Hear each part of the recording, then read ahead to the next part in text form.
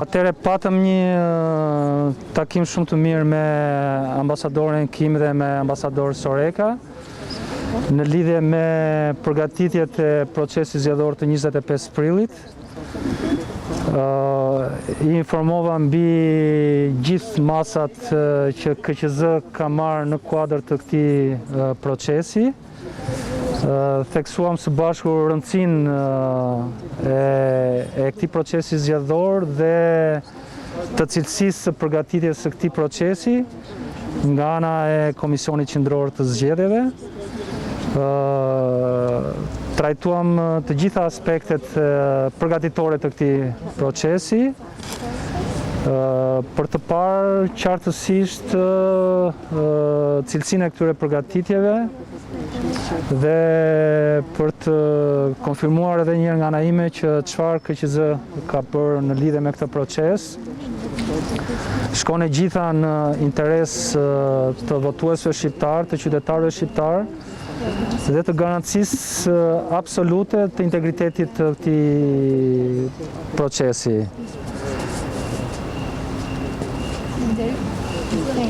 We have come to discuss with Commissioner Celibashi the state of preparedness of the electoral administration. Ne kemi ardhur që të diskutonim sot me zotin Celibashi pikërisht situatën pra në lidhje me përgatitjet e zgjedhjeve të 25 prillit. The Commissioner briefed us on the state of play on preparation for the biometric identification and for the electronic voting and counting. The process is almost ready.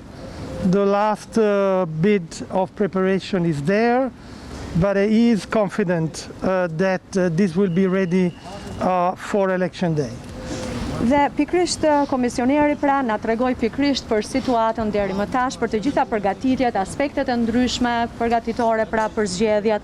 Po ashtu na foli edhe për përgatitjet për identifikimin biometrik, si edhe për votimin elektronik dhe për numërimin elektronik. Pra gjërat janë pothuajse tashmë gati në lidhje me këtë çështje dhe komisioneri ka besim pra se gjithçka do të jetë gati ditën e zgjedhjeve. Communication on voter education has been very important, and we congratulate the Commissioner for having run this process very well, very thoroughly. We have supported him with our statement in this period. We will continue to make statement of voter education until the very last moment. Dhe një aspekt shumë i rëndësishëm ka qenë në fakt edhe edukimi i votuesve, i zgjedhësve. Kjo është një gjë e cila është bërë në mënyrë shumë të mirë, shumë e rëndësishme dhe dëshirojmë në fakt që të përgëzojmë komisionerin dhe zyrën e tij për punën aq të mirë dhe aq të plotë që kanë bërë në lidhje me këtë çështje. Ne kemi dhënë mbështetjen tonë dhe do të vazhdojmë të bëjmë deklarata të tilla pra mbështetëse sepse besojmë që arsyemi pra ose edukimi i zgjedhësve është një çështje të jetë e rëndësishme. So now that one day is still there before the end of the campaign, we invite all Albanian citizens to vote, to use their right, their responsibility to vote, because it's their future and they have to use this right in order to prepare their future, including the future of Albania in the European Union.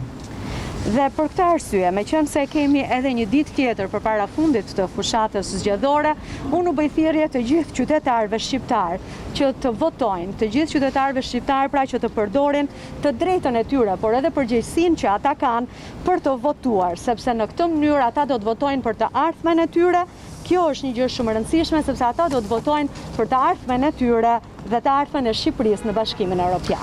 These elections are clearly very important for all Albanian citizens, but Europe is watching what happened in Tirana and in the other 60 municipalities, because what happened in Tirana is important also in the rest of Europe.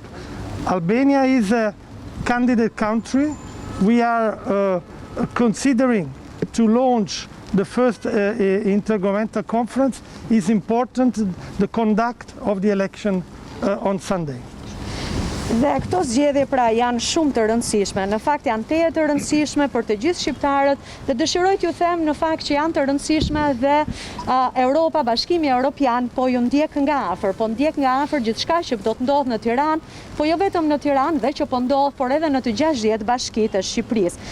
Kjo pra për arsye sepse çfarë ndodh në Tiranë dhe në Shqipëri do të jetë e rëndësishme pikërisht pra për Bashkimin Evropian, sepse Shqipëria është një vend kandidat dhe ne, siç e dini edhe ju pra, jemi duke marrë pra në konsiderat pikërisht lançimin e konferencës së parë ndërqeveritare, prandaj është shumë e rëndësishme se çfarë do të ndodh pra në Shqipëri dhe se çfarë do të ndodh mbi të gjitha ditën e diel në Shqipëri. My final point is to reiterate the call to all parties for restraint, to avoid violence, to avoid inflammatory speech, hate speech, particularly in this critical moment of the campaign. This is very important to say once again after yesterday's statement. Dhe një fjalë të fundit do t'ju lutesha dhe fjala ime e fundit është për të theksuar edhe një herë atë thirrje që ne u kemi bërë të gjitha partive politike. Thirrja jon është për të gjithë për vetë përmbajtje dhe që të shmangin gjuhën e urrëties, gjuhën konfliktuale dhe është shumë e rëndësishme pra që gjithçka të bëhet siç duhet ditën e diel dhe në të ardhmen. So go vote, in particular the young people, ti vendos. Prandaj, dilni e votoni në veçanti të rinjt, ti vendos. Let me underline the thanks that Ambassador Soreka has expressed for Commissioner Celabashi and the rest of his team. Following this final briefing before the election, I think we are all looking forward to a peaceful, orderly electoral process where the right of Albanian citizens to express their will through their vote is guaranteed. Dëshiroj edhe një herë të theksoj që kemi ardhur këtu për të falenderuar komisionerin Celibashi dhe ekipin e tij për të gjithë punën e bërë, veçanërisht patëm mundësi që të informoheshim në këtë takim të fundit për përgatitjet e zgjedhjeve të 25 prillit. Është e rëndësishme që kjo të jetë paqësore, të jetë një proces zgjedhor ku votuesit të kenë të drejtë të shprehen me anë të votës së tyre. There is a clear, transparent process in place. The authorities are also prepared to protect the vote. Ka një proces transparent i cili tashmë është i krijuar dhe autoritetet janë të qarta për mbrojtjen e votës. Your friends from the international community are also here to ensure this process. Miqtë tuaj nga bashkësia ndërkombëtare janë gjithashtu këtu për të siguruar për këtë proces.